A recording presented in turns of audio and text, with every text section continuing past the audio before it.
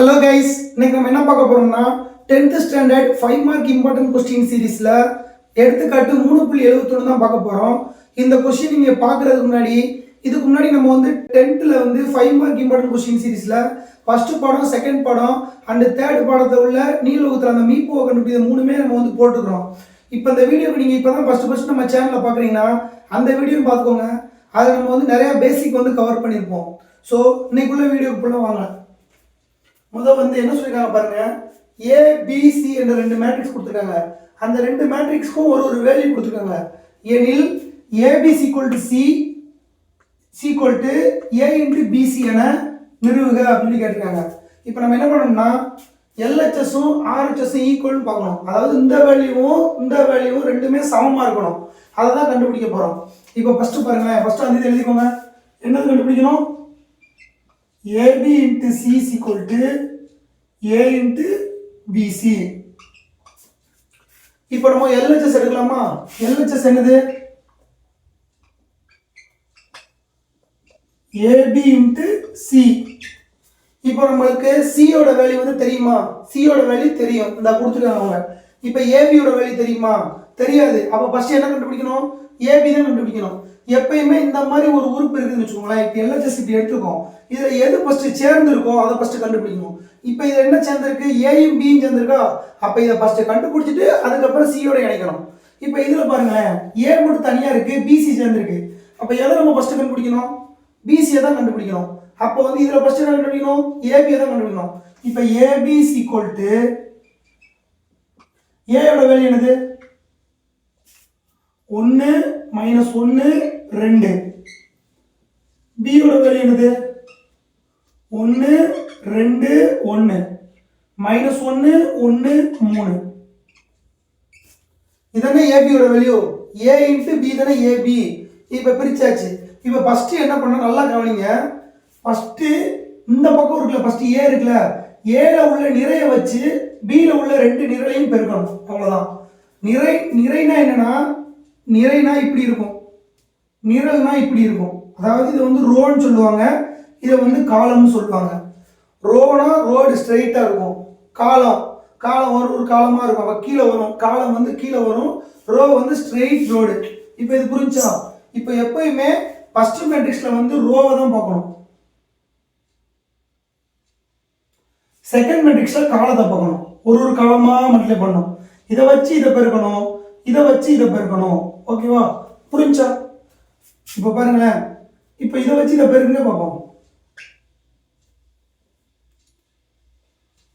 ஓரன்னா 1 -1 × 2 -2 2 × 1 +2. இது புரிஞ்சா செய்யறது? இப்போ நெக்ஸ்ட் என்ன பண்ணணும்? இந்த ரோ வச்சு இந்த காலத்தை பெருக்கணுமா? இப்போ இந்த ரோ வச்சு இந்த காலத்தை பெருக்குங்க. 1 × -1 -1 -1 × 1 -1 இரு 3 6 போட்டாச்சா? இது புரிஞ்சா? இப்போ நெக்ஸ்ட் என்ன பண்ணணும்? இதை சிம்பிளை பண்ணுமா? -2 +2 அடி பெருமா? அப்போ ஃபர்ஸ்ட் இதுக்கு ஆன்சர் என்ன வரும்? 1. இங்க என்ன வரும்? -1 -1 என்னது? -2 -2 + 6 மைனஸும் ப்ளஸும் என்ன செய்யணும்? ரெண்டையும் மைனஸ் பண்ணணும். 6ல் 2 போன என்னது? 4. பெரிய நம்பருக்கு அடையாளம் என்னது? ப்ளஸ். அப்போ +4. அப்போ 1,4 தான் எதோட ஆன்சரு? ஏபியோட ஆன்சரு. இப்போ உங்களுக்கு கணக்குல என்ன கேட்டிருக்காங்க?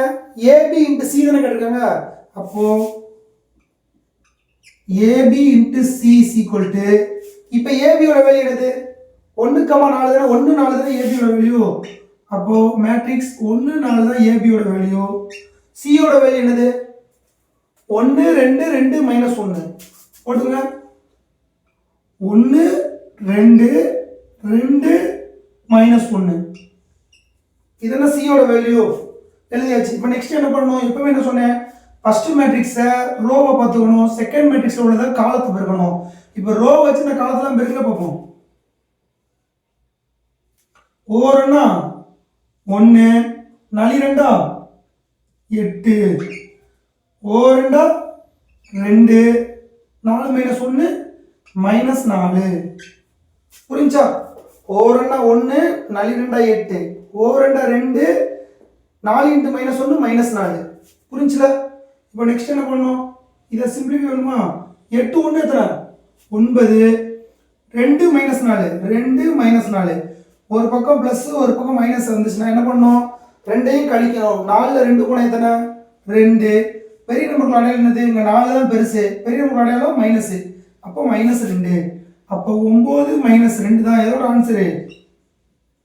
ஏபி இன்ட்டு சியோட ஆன்சர். இப்போ இது முடிஞ்சா ஏபி இன்ட்டு சி முடிஞ்சு. இப்போ நெக்ஸ்ட் என்ன கண்டுபிடிக்கணும்? ஆர்ஹெச்எஸ் கண்டுபிடிக்குமா? இதை வந்து அப்போ சமன்பாடு 1ன்னு வச்சுக்கோங்க. அடுத்து என்ன கண்டுபிடிக்கணும்? ஆர்ஹெச்எஸ். ஆர்ஹெச்எஸ் என்னது? A into PC.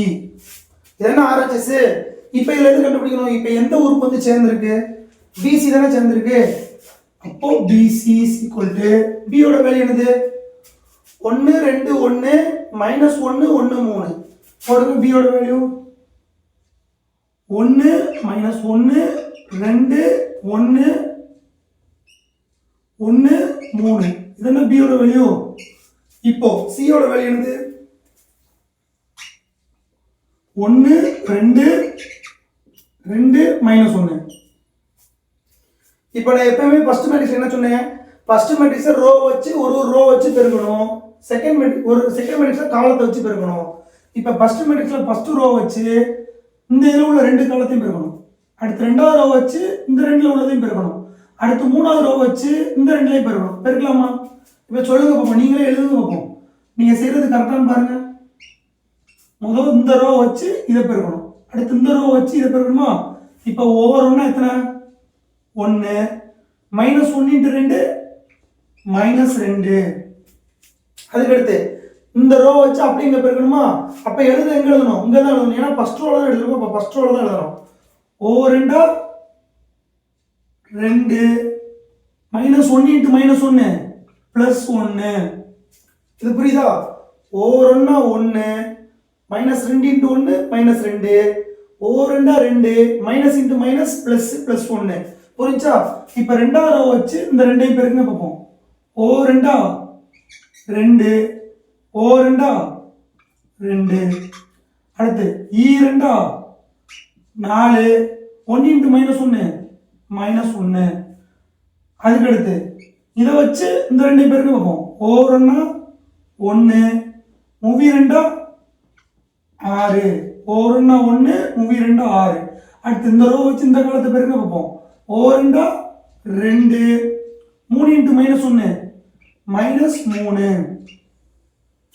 சரியாச்சா? இப்போ வர்ற ஆன்சர் என்னது? 1ல இருந்து 2 போனா என்னது? 1 -2 என்னது? -1. 2 1 எத்தனை? 3.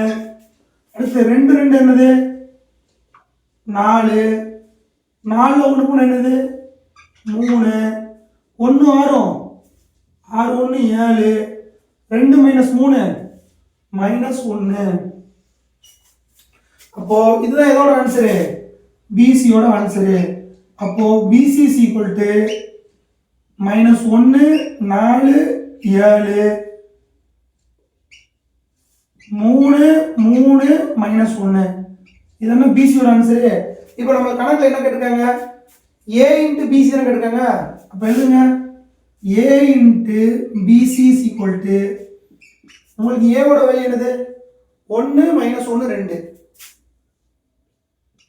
1 -1 2. பிசியோட வேல்யூ என்னது? இங்கே கண்டுபிடிச்சதுனா அதை எடுத்து எழுதுங்க. -1 4 7 3 3 -1. இப்போ என்ன பண்ணணும்? இந்த இதில் உள்ள ரோ வச்சு ஒரு காலத்தையும் பெருக்கணுமா? பெருக்க பார்ப்போம். ஓரொன்னா -1 1 × -1 தானே? -1 × 4 -4 7 2 14. புரிஞ்சா? இப்போ நெக்ஸ்ட் ஒரு 3 3 -1 × 3 -3 ஓ 2 2 2 இன்ட்டு -1 -2. இப்போ ஆன்சர் என்ன வரும்?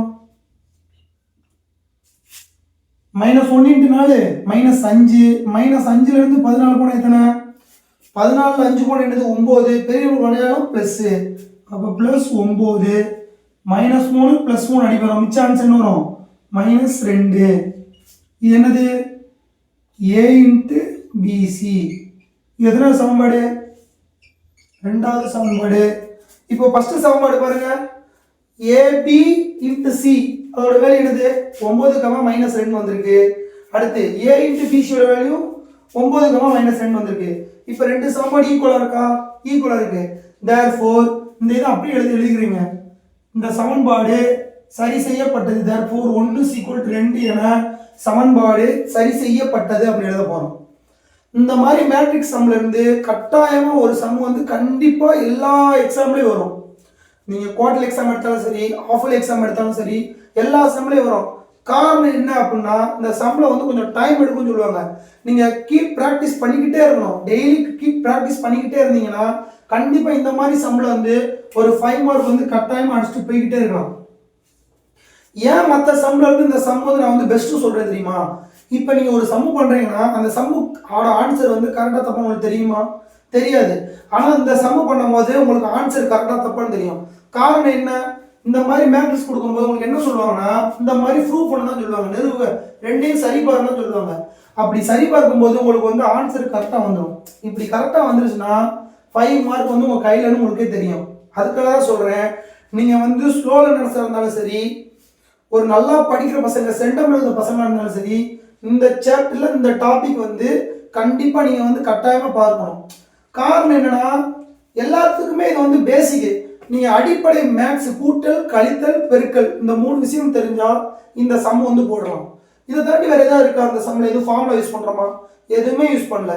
ஜஸ்ட் இந்த ரோ வச்சு இந்த அணியில உள்ள 2 காலத்தையும் பெருக்க போறோம். இந்த ரோ எப்படி இருக்கு? ஸ்ட்ரெயிட்டா இருக்கு. அப்பனாலும் ஸ்ட்ரெயிட்டா தான் எழுதணும். பாருங்க, இந்த ரோ எப்படி இருக்கு? ஸ்ட்ரெயிட்டா ஒரே இதா இருக்கு. அப்போ ஒரே இதா எழுதணும். இப்போ இந்த ரோ எப்படி இருக்கு? 3 இருக்கா? அப்போ வர்ற ஆன்சர் எப்படி வரும்? 3 வரும். 1 2 3 வரும். இந்த சைடு என்னது இருக்கோ அதே மாதிரி தான் நீங்க பெருக்கும் போது வரும். வேற எதுவுமே கிடையாது. சிம்பிளா வச்சுக்கோங்க. இந்த மாதிரி கணக்குல ஒரு 5 மார்க் அடிச்சிடலாம். இதை தாண்டி உங்களுக்கு மேத்தமெட்டிக்ஸ்ல எதுவும் டவுட் இருந்துச்சுன்னா கண்டிப்பா எங்களுக்கு வந்து டிஎம் பண்ணுங்க. நாங்கள் கண்டிப்பா வந்து உங்களுக்கு வந்து ஒரு சிறப்பான ஒரு ஹெல்ப் வந்து பண்ணுவோம். இதை தாண்டி வேற எதுவும் டவுட் இருக்காதுன்னு நினைக்கிறேன். இந்த சம்ல எங்க சேனலை பாக்குறீங்கன்னா சப்ஸ்கிரைப் பண்ணுங்க, உங்க ஃப்ரெண்ட்ஸுக்கும் ஷேர் பண்ணுங்க. அப்பதான் அது எங்களுக்கும் மோட்டிவேட்டா இருக்கும், நாளை பின்ன அளவுக்கு யூஸாகவும் இருக்கும். அவ்வளவுதான் கைஸ். தேங்க்யூ ஃபார் வாட்சிங். தேங்க்யூ.